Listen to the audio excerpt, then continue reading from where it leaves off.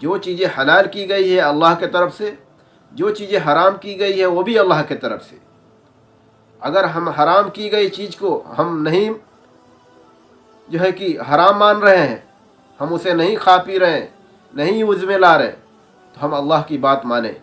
حلال کی ہوئی چیز کو اگر ہم کھا رہے ہیں، ہماری اگر طبیعت کر رہی ہے تو زبردستی نہیں ہے، حلال کی ہوئی چیز آپ کو کھانا ہی ہے، کمپلسری نہیں ہے۔ آپ کا اچھا کر رہے تو کھانا ہی ہے، کھانا ہے، نہیں کر رہا تو مت کھائیے، لیکن ہم اس کو مان رہے ہیں، حلال چیز کو حلال مان رہے ہیں، یعنی اللہ کو ہم مان رہے ہیں، اللہ کا عزت کر رہے ہیں، اللہ کا ہم قدر کر رہے ہیں، تو اسے سمجھنا ہوگا۔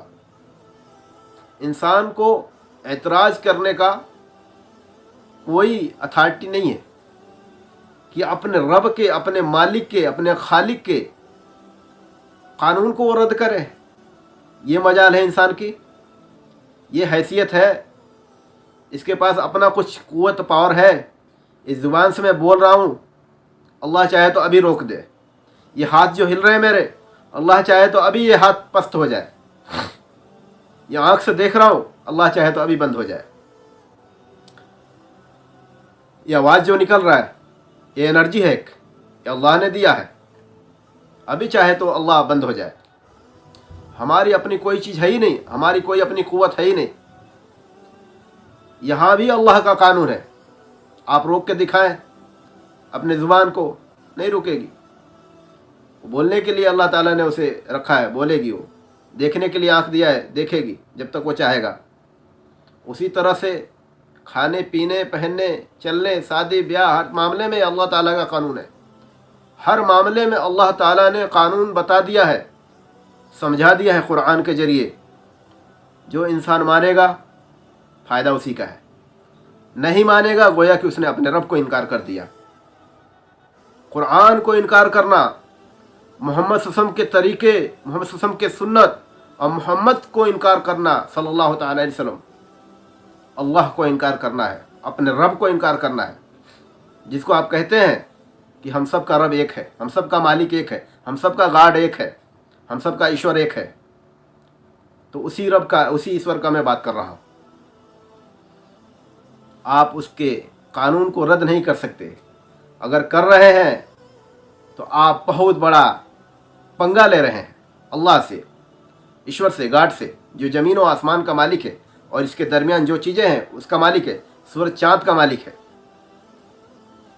ہوا، موسم، دھوپ، گرمی، دن رات، سارے چیزوں کا مالک ہے۔ اس کے علاوہ کوئی پاور نہیں ہے جو ان چیزوں کو چلا سکے۔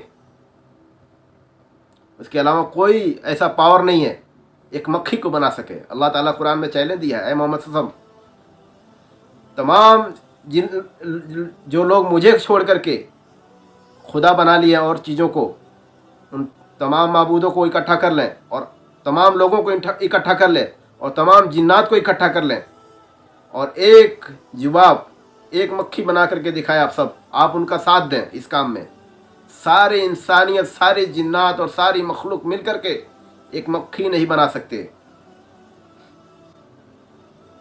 اگر ایسا نہیں کر سکتے تو پھر اللہ سے پنگا نہیں لو، اللہ کے سامنے سجدہ کر دو، اللہ کے سامنے جھک جاؤ، اللہ سے ڈر جاؤ، کیونکہ اللہ انتقام لے گا۔ جب تک دنیا میں ہے آپ کو اتھارٹی دیا ہے، مرضی دیا ہے، آپ جو کچھ کریں، اللہ کو گالی دیں، اللہ کے دین کو گالی دیں، اللہ کے نبیوں کو گالی دیں، آپ کا کچھ نہیں بگڑے گا۔ اللہ نے آپ کو اختیار دیا ہے، کریے۔ لیکن آپ کا جس دن یہ آنکھ بند ہوگا، آپ کا یہ ہاتھ جس دن پست ہو جائے گا، اس دن آپ سے اللہ انتقام لے گا۔ ہر انسانیت سے ایک ایک اس کے حرکت کو بتائے گا اللہ۔ ویڈیو اس کا بھی چل رہا ہے، جیسے میں ویڈیو شوٹ کر رہا ہوں۔ کرامن کاتبین، کرامن ایک فرشتے کا نام ہے، کاتبین ایک فرشتے کا نام ہے۔ ان کے پاس کتاب ہے، ہر بات کو لکھ لیتے ہیں۔ ان کے پاس کیمرہ بھی ہے، ہر بات کو ریکارڈ کر لیتے ہیں۔ انسان جھٹلا نہیں پائے گا، اور اس کے کیے کا سجا مجا سب ملے گا اسے. اچھا کیا تو جنت، اور اللہ کے خلاف جا کر کے زندگی گزارا تو پھر جہنم کے لیے وہ تیار ہو جائے انسان. پھر اگلے ویڈیو میں ملتے ہیں. آج کے لیے اتنا ہی کافی ہے کیونکہ ویڈیو لمبی ہوتی جا رہی ہے. تب تک کے لیے السلام علیکم ورحمۃ اللہ تعالی وبرکاتہ. میرے لیے بھی دعا کریے گا تاکہ اللہ تعالیٰ مجھے بھی جہنم سے بچائے اور اپنے جنت میں پناہ دے. آمین یا رب العالمین. السلام علیکم.